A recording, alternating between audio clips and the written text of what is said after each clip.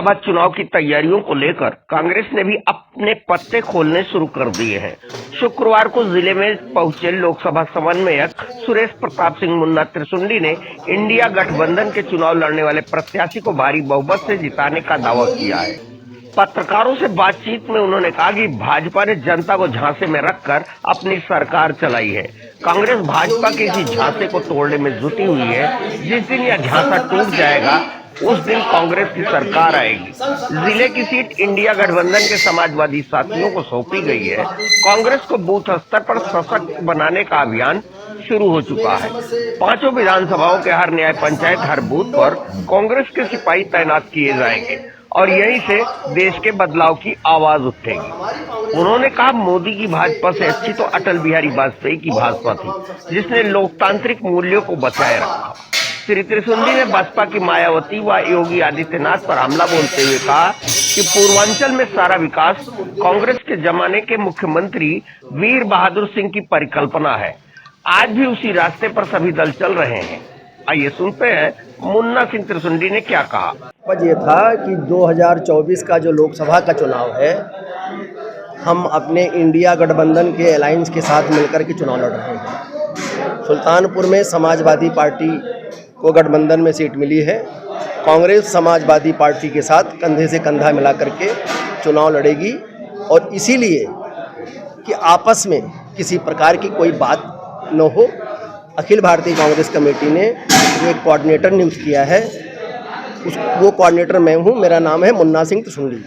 दूसरी राजनीतिक पार्टी की विचारधारा के लोग हैं, हम उनके साथ बैठ करके मीटिंग करके उनके विचार को जानेंगे, हम अपना विचार उनको देंगे और फिर हम लोग मिल करके एक रास्ते पे कंधे से कंधा मिला करके हम लोग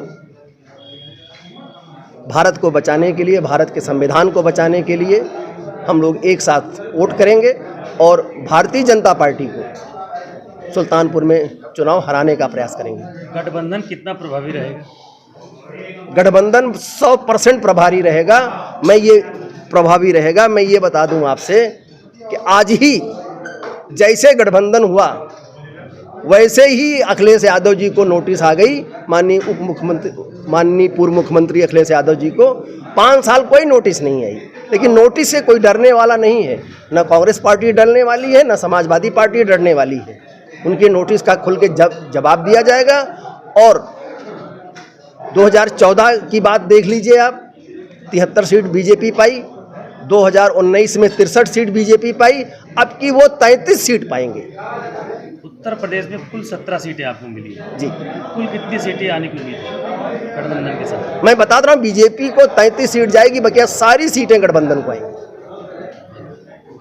माननीय वर्तमान मुख्यमंत्री जी जो है, इनकी उम्र 14-15 साल या 16 साल के आसपास। उस समय गोरखपुर में कुछ नहीं था। उस समय गोरखपुर के विकास पुरुष माने जाते थे पूर्व मुख्यमंत्री वीर बहादुर सिंह। ठीक है, रामगढ़ ताल का जो विकास वीर बहादुर सिंह जी ने किया, गोरखपुर का वो जो गोरखपुर का चौक है, उसका कुछ नाम है, मुझे इसका पता है, उसका चौड़ीकरण, सारी व्यवस्थाएं वहां से लेके यूनिवर्सिटी चौराहे तक, उस समय विकास पुरुष वीर बहादुर सिंह। नहीं, हम पढ़ रहे थे उस समय, बराबर उठाते रहते हैं। यही हमारी परंपरा है, यही हमारी से 89 से कांग्रेस यहाँ नहीं है, दूसरी पार्टियां हैं। हमारे विकास को छोड़ दिया जाए, चीनी मिल कांग्रेस के देंगे, उसको चलने भी नहीं दे रहे हैं।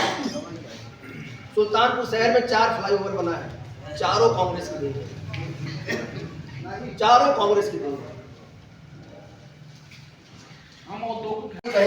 पहली बार आई 5 साल, दूसरे टेनोर में सेम इसी फार्मूले पे जिताऊ उम्मीदवार चाहिए मुझे, और जितने जिताऊ उम्मीदवार थे उनके आज कोई बसपा के साथ नहीं है।